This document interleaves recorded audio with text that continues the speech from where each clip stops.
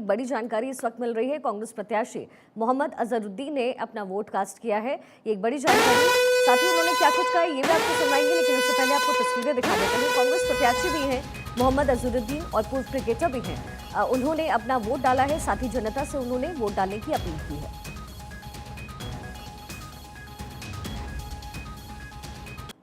उन्होंने कहा कि मतदाता अधिक से अधिक तादाद में यहां पहुंचे और अपने मताधिकार का इस्तेमाल करें। लोकतंत्र में मतदान करना बेहद जरूरी है। कांग्रेस से प्रत्याशी भी हैं अजहरुद्दीन और साथ ही पूर्व क्रिकेटर हैं और एक अच्छा खासा दबदबा अजहरुद्दीन का अपने क्षेत्र में है।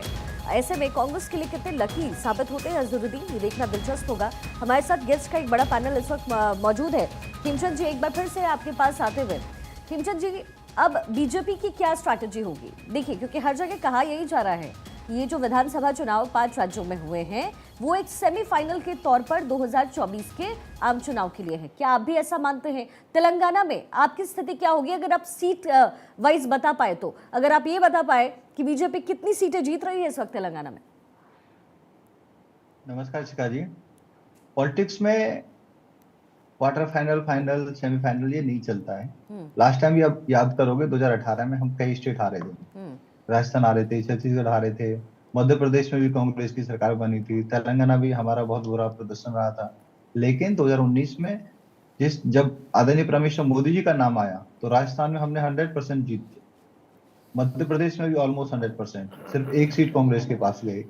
कर्नाटक में बहुत अच्छा प्रदर्शन हम लोगों ने किया। तेलंगाना में हम लोगों ने 4 लोकसभा की सीटें जीती। तो आदरणीय प्राइम मिनिस्टर जब मोदी जी की बात आएगी तो एक अलग ही माहौल होगा और एक अलग माहौल बनता है, क्योंकि सब लोग आदरणीय प्राइम मिनिस्टर मोदी जी को पुनः पीएम देखना चाहते हैं। उन्होंने देश को आगे बढ़ाया है, इंटरनल एक्सटर्नल सिक्योरिटी को मजबूत किया है, इंफ्रास्ट्रक्चर को मजबूत किया है और देश से गरीबी को खत्म करने के लिए उन्होंने फ्री में राशन जैसी ऐसी योजना शुरू की है जो पूरे विश्व में कहीं भी नहीं है। अमेरिका जैसा देश भी अपने गरीबों को फ्री में राशन नहीं दे पाता और वहां भी हजारों लाखों की संख्या में भूखे लोग सोते हैं, लेकिन भारत में कोई भूखा ना सोए उसकी चिंता आदरणीय प्राइम मिनिस्टर मोदी जी ने की है। बहनों की चिंता की है, उनके लिए टॉयलेट दिया है, उनके लिए अच्छी सुविधा के लिए हेल्थ की गारंटी दी है आयुष्मान भारत के तहत। किसानों को मदद दी जा रही है, युवाओं को इसके रीस्किल अपस्किल किया जा रहा है। चलिए, ये तो 2024 के पर्सपेक्टिव से आप बता रहे हैं खीमचंद जी। वही आपको बता रहा हूँ कि नहीं, सब चीजों की वजह से और हमारा जो ब्रांड है, मैं 30 सेकंड लूंगा, जो हमारा ब्रांड है नेता का, हमारे नेतृत्व का जो ब्रांड है, उसकी वजह से आज तेलंगाना अल्टरनेटिव देख रहा है। अल्टरनेटिव भारतीय जनता पार्टी में देख रहा है। कांग्रेस को पहले देख चुके हैं। जब यूनाइटेड आंध्र प्रदेश था उस समय कांग्रेस की सरकारें थी, लगातार कांग्रेस की सरकारें थी, सिर्फ उस घर भरने का काम किया, करप्शन फैलाने का काम किया और तेलंगाना को उन्होंने इग्नोर किया। तेलंगाना में बहुत अच्छे लोग रहते हैं, गरीब है, आदिवासी है और इस तरीके का रिमोट एरिया है जहाँ पे छोटी छोटी जमीनें हैं, पानी की समस्या है, वहां बारिश होती है तो पैदा होती है, अगर वह पैदा नहीं होती, उन लोगों को इन्होंने इग्नोर किया। तो कांग्रेस को वो मौका नहीं देना चाहते। बीआरएस ऑलरेडी 10 साल से वहां पे सिर्फ और सिर्फ फैमिली के लिए काम कर रही है, करप्शन कर रही है, कमीशन खोरी कर रही है। तो आज उनको भारतीय जनता पार्टी में खूब दिखती है और भारतीय जनता पार्टी का जो लोकल लीडरशिप है वो भी स्ट्रांग है, लोगों के साथ कनेक्टेड है और जो हमारी सेंट्रल लीडरशिप है वो सबको पसंद है। और मैं ये विश्वास के साथ कह सकता हूँ कि जब रिजल्ट आएंगे तो कर्नाटक में भारतीय जनता पार्टी की परफॉर्मेंस बहुत अच्छी रहेगी। मैं कोई नंबर नहीं बताना चाहता क्योंकि नंबर बताना इस समय उचित नहीं होगा, यह अधिकार वोटर्स का है और जी वोटर्स बिल्कुल, आप बिल्कुल ठीक कह रहे हैं संजय जी। आपका रिएक्शन इस पर, बीजेपी की क्या स्थिति वहां पर है? क्योंकि 2024 से आंकना, खीमचंद जी कह रहे हैं कि ये गलत है, क्योंकि पहले भी चुनाव में, इससे पहले जब लोकसभा चुनाव हुए तो भी बीजेपी की जिन जिन राज्यों में हार हुई, लेकिन लोकसभा चुनाव जब वहां हुआ तो बढ़िया बहुमत उनको मिला उन राज्यों में। तो तेलंगाना की स्थिति को देखकर क्या 2024 आका जाए, और वो भी तब जब कांग्रेस की स्थिति इंडी अलायंस में ठीक ठाक नहीं है? नहीं, देखिए खीमचंद जी की तो कुछ मजबूरी हो सकती है, पार्टी है भाई, उसको तो उनका पक्ष लेना मजबूरी है। लेकिन सच क्या है? यदि क्या एक बात मान लो, यदि इनकी बातों से निकल गया कि सिर्फ प्रधानमंत्री का चेहरा देश में बच गया है बीजेपी में और कोई लीडरशिप नहीं रह गया, इनके राज्य में किसी भी स्टेट में कोई लीडरशिप नहीं है। मध्य प्रदेश में क्या कारण हो गया कि 18 साल से बने हुए मुख्यमंत्री का चेहरा इन्होंने नहीं बनाया? राजस्थान में क्या हो गया, इन्होंने क्यों मुख्यमंत्री के चेहरे को बदल दिया? किसी भी राज्य में चेहरा क्यों नहीं बना रहे? इसके पहले हरियाणा में बिना चेहरे को लड़े, और यदि यही कोई सामने पॉलिटिकल पार्टियां बिना चेहरे की लड़े तो ये बीजेपी पूछती थी कि भाई आपका चेहरा कौन, मुख्यमंत्री कौन होगा? तो ये सबसे बड़ा सवाल है कि राजनीति में कि चलिए ठीक है आप टेस्ट करते जाइए, लेकिन जिस तरह से समय बदला है क्या गारंटी है कि जो 2014 और 2019 में हुआ वो 2024 में होगा? 2024 और 2019 में कांग्रेस बहुत कमजोर थी। 2014 में उनकी सरकार थी और आप हराकर आए थे। आप अपने जिन मुद्दों के साथ आए थे, आज प्रधानमंत्री जी उन बातों के साथ खड़े नहीं है देश में। ये मेरा सीधा सीधा आरोप है प्रधानमंत्री जी से। जनता 2 करोड़ रोजगार की बात करती है। भाई आपने नौकरी देने की बात किया था, आपने रोजगार देने की बात की थी, आपने जिस तरह की भी घोषणाएं की थी, आज देश को सिर्फ 5 किलो अनाज पर, वो भी 81 करोड़ लोगों को, जो 130 करोड़ की जनसंख्या वाले देश में जो प्रधानमंत्री जी आज चिल्ला चिल्ला कर बोलते हैं, उसमें 81 करोड़ लोगों को आप 5 किलो राशन पे पालने का बात करते हैं और आप बोलते हैं देश आगे बढ़ रहा है।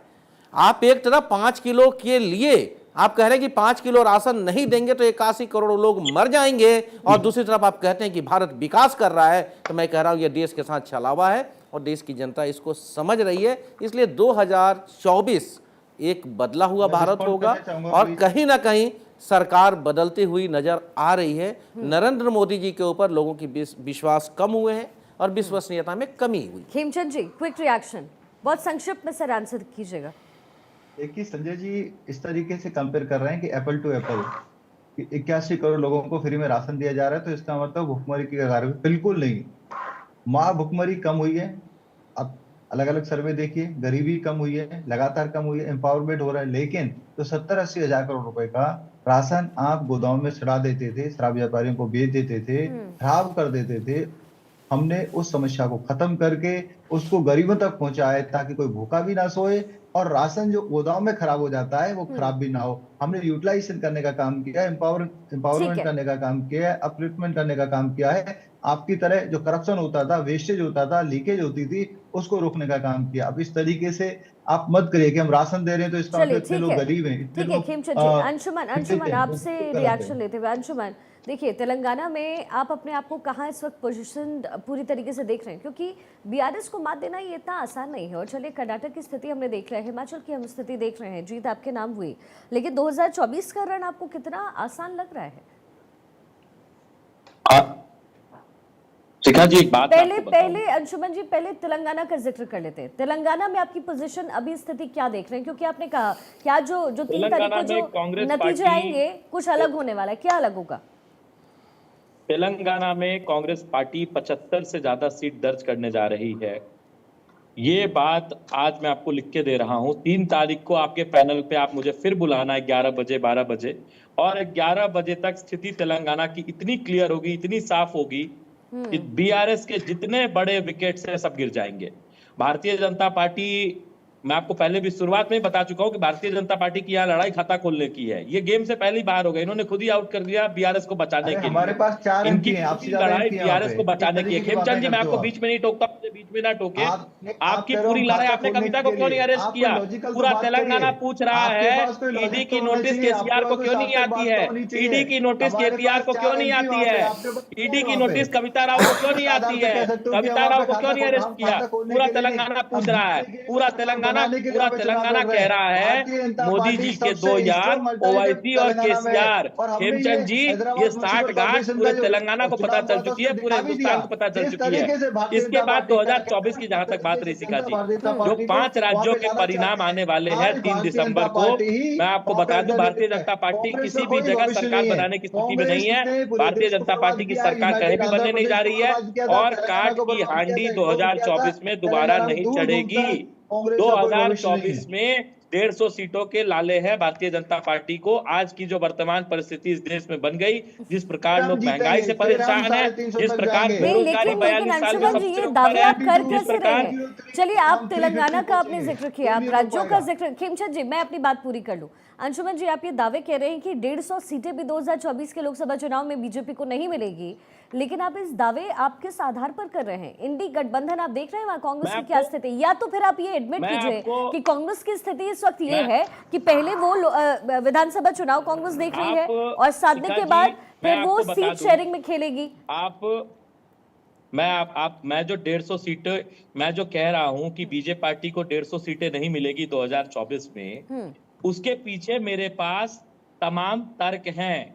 जिस प्रकार महंगाई जिस प्रकार बेरोजगारी 42 सालों में सबसे चरम पर, जिस प्रकार आज की तारीख में आप उत्तर प्रदेश में एक फॉर्म निकलता है 150 सीटों का प्यून की बहाली का, 9-9, 10-10 लाख युवा फॉर्म भर रहे हैं। ये हाल है इस देश में। बेरोजगारी का पिछले 9.5 सालों में आपने कर दिया। महंगाई का हाल ये है कि 200 रुपए तक टमाटर बिका इस देश में। महंगाई का हाल ये है कि आज भी प्याज 60-70 रुपए चल रहा है। महंगाई का हाल ये है कि खाने का तेल 200 के पार। महंगाई का हाल ये है कि पेट्रोल डीजल 100 के पार। पूरा देश देख चुका है और खास करके इस दूसरे टर्म में देख चुका है कि विकास, जिस विकास के वादे के सहारे आए थे, उसका ध्यान रखा जाए, जिस विकास के सहारे आए थे, वो विकास सिर्फ और सिर्फ अडानी जी का है।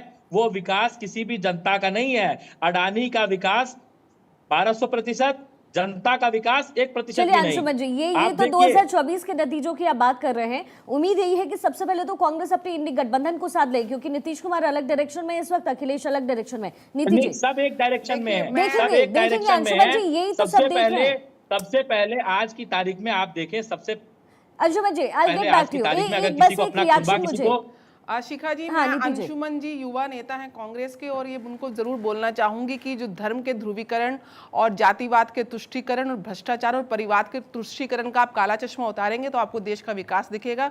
जो आज सबसे बड़ी अर्थव्यवस्था बन चुका है, 5वीं बड़ी अर्थव्यवस्था 11वीं से 5वीं में जंप की है, तब जब कोविड जैसी पैंडेमिक और आधा जो विश्व है वो वॉर जोन से गुजर रहा है। ये उस समय के आंकड़े हैं जिस समय भारत की जीडीपी टॉप 10 जीडीपी पे आ चुकी है, और उसके बाद आप इन बातों का तर्क देते हैं। और मैं सिर्फ ये बोलना चाहती हूं, और बड़ा गलत आंकलन किया, क्योंकि अपनी बुद्धि विवेक कौशलता और अपने स्वार्थ के हित में कांग्रेस की ये पूरी विचारधारा ही रही है कि किस तरीके से आप देखिए तेलंगाना में भी केसीआर को मुस्लिम वोट बैंक को आकर्षित करने के लिए मुस्लिम आईटी पार्क करना पड़ रहा है। इन्हीं के इंडिया अलायंस डीएमके से बोलते हैं कि सनातन संस्कृति का उन्मूलन करना है। दूसरी तरफ बिहार में इन्हीं के अलायंस आज बच्चों तक, स्कूल के छात्रों तक में धर्म के ध्रुवीकरण की राजनीति करने आ गए कि किस प्रकार से हिंदू त्योहार के छुट्टियां पकड़ा दी। भाई साहब थोड़ा शिष्टाचार बना के रखेंगे तो आपके लिए अच्छा रहेगा। आप अपनी पार्टी को रिप्रेजेंट कर रहे हैं कि कैसे महिलाओं का सम्मान देखिए, इनके यहाँ पे हर मंच पे महिलाओं को सम्मान देना कांग्रेस कभी जानती ही नहीं है। जो बोलती थी, मुझे कांग्रेस की हमारी जो लीडर है प्रियंका जी बोलती थी लड़की हूँ लड़ सकती हूँ, वहीं कर्नाटका में ये मुझे बताएं कि कितने इनके मंत्री हैं, महिला मंत्री हैं, वो यहाँ पे बताएंगी नहीं। आरक्षण पूरे महिलाओं का इन्होंने आज तक 75 साल तक रोका। आज बीजेपी के शासन में जो आजादी है, जनता है, महिलाओं को आरक्षण मिला है, ये वो तंत्र है जहाँ पे महिलाओं की बेसिक सुविधाओं को, और यहाँ खाली महिलाओं की बात नहीं करूंगी, राष्ट्र का विकास। आज राष्ट्र तीसरी बड़ी ऑटोमोबाइल इंडस्ट्री बन चुका है, दूसरी बड़ी मोबाइल है, और इनके राहुल गांधी जी तो कहते हैं कि अब चाइना का मोबाइल यूज करते हैं। जनाब दूसरी बड़ी एक्सपोर्टर है आप मोबाइल के पूरे विश्व में। उसके बाद आप देखिए किस प्रकार से सारी जन सुविधाएं, योजनाएं मूल रूप से